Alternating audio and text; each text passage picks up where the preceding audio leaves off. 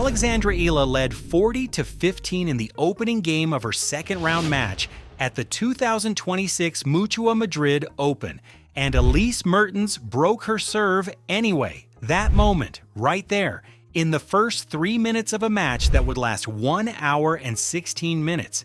That single game explained everything that followed, because when a world number 44 reaches 40-15 against a world number 21 and still loses the game, the match isn't being decided by talent, it's being decided by something else entirely, and that's where things get complicated. One of the things, good percentage of first serves, I know, with my match today, and yeah, a lot of focus. The Caja Magica sits at approximately 650 meters above sea level in Madrid's Parque Manzanares. That altitude isn't a footnote, it changes the match.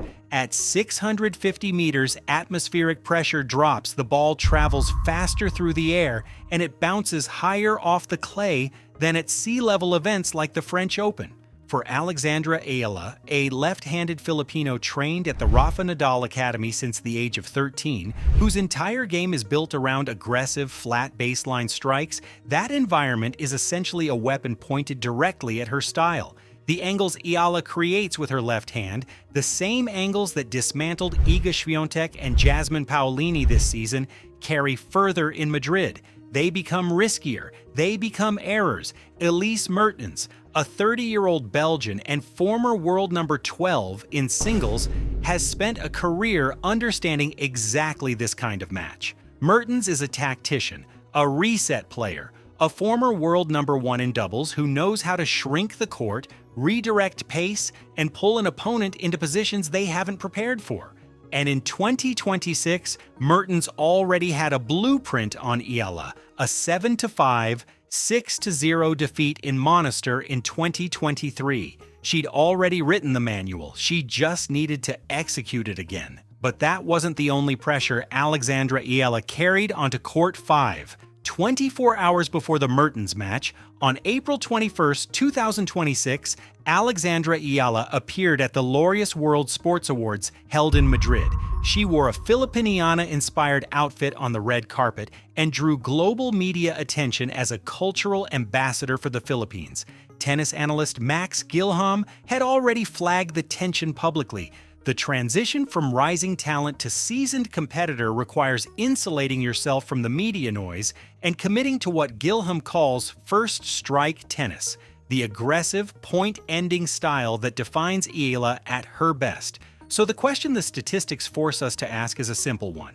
Can a 22-year-old walk a Laureus red carpet one evening, absorb the cultural weight of representing 110 million Filipinos, and then show up on Court 5 the next morning, ready to execute first strike tennis against a player who already beat her 6-0 in a second set 3 years ago? The match lasted 1 hour and 16 minutes. The score was 6-2, 6-1, and that's when things really shifted. It's getting better every year. I'm a better player this year now. Go back to that first game.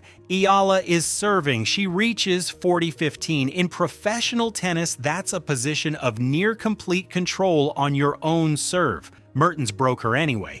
And rather than Eala recovering through the instinct she'd shown just 48 hours earlier against Anastasia Pavlyuchenkova, saving 5 of 6 break points, winning 76% of her first serve points in a 6-3, 6-3 victory over a former French Open finalist, the pattern collapsed entirely. Mertens took the momentum from that first game and simply didn't give it back. Eala held her next 2 service games, keeping it at 2-3. There were glimpses of the player who had beaten Pavlyuchenkova, but Mertens broke again in the 7th game, and the first set closed 6-2 in just 32 minutes. In the second set, Mertens broke Eala's first 2 service games immediately, 3-0 before Eala could even reset.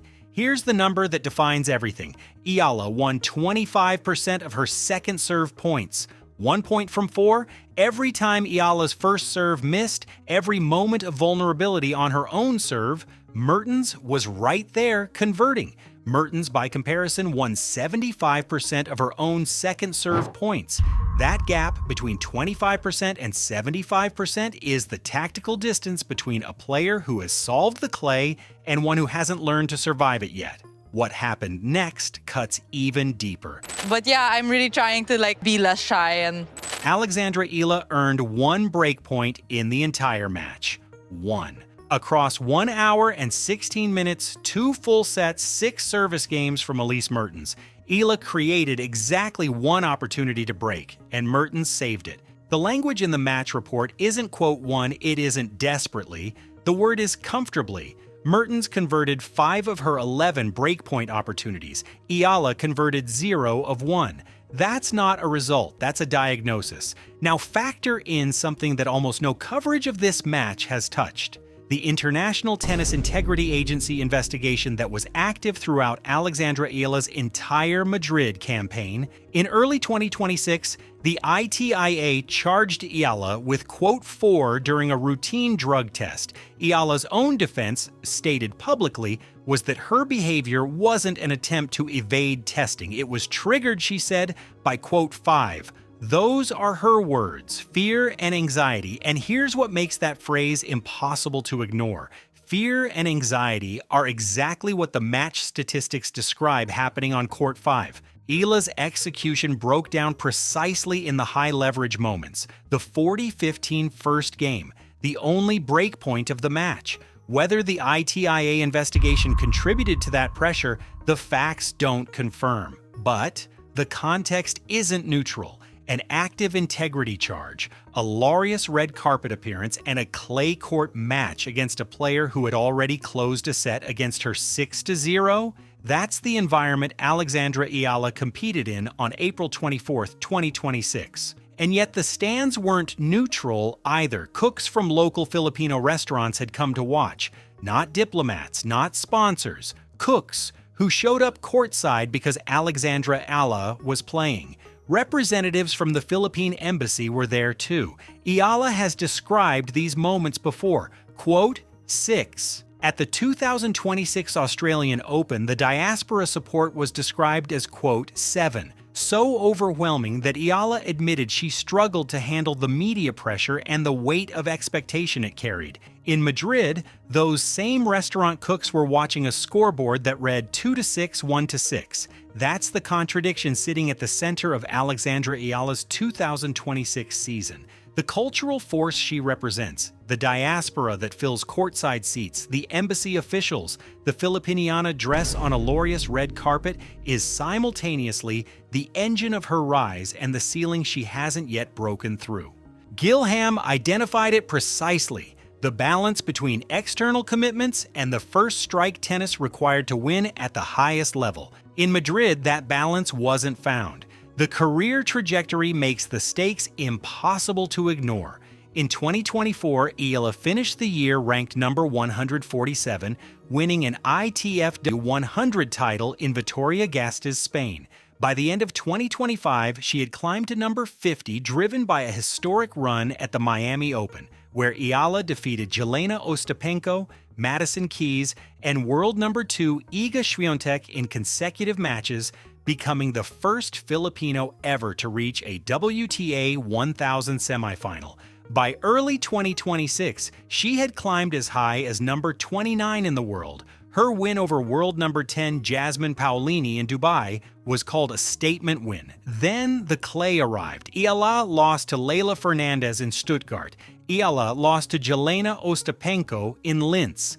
And in Madrid, ranked number 44, Eala lost to Elise Mertens, the same Elise Mertens who had already beaten her 6-0 in a second set in Monastir 3 years earlier, in 76 minutes. The clay court swing has exposed a consistent vulnerability. The game that dismantled Swiatek on hard courts in Miami has not translated to the slower, physically demanding red clay of the European swing. The Eala who beat Swiatek is real. The Mertens match confirmed that the Eala who hasn't solved clay is also real. Both versions exist, and right now on clay, it's the second one showing up. There's one more data point the headlines won't give you. While Eala's singles campaign ended on court 5, her doubles draw was still alive. Partnering with Zeynep Sönmez of Turkey, Eala and Sönmez defeated Chan Hao-ching and Fanny Stolar 6-2, 6-2. After falling behind 0-2 in the first set and then winning 6 consecutive games.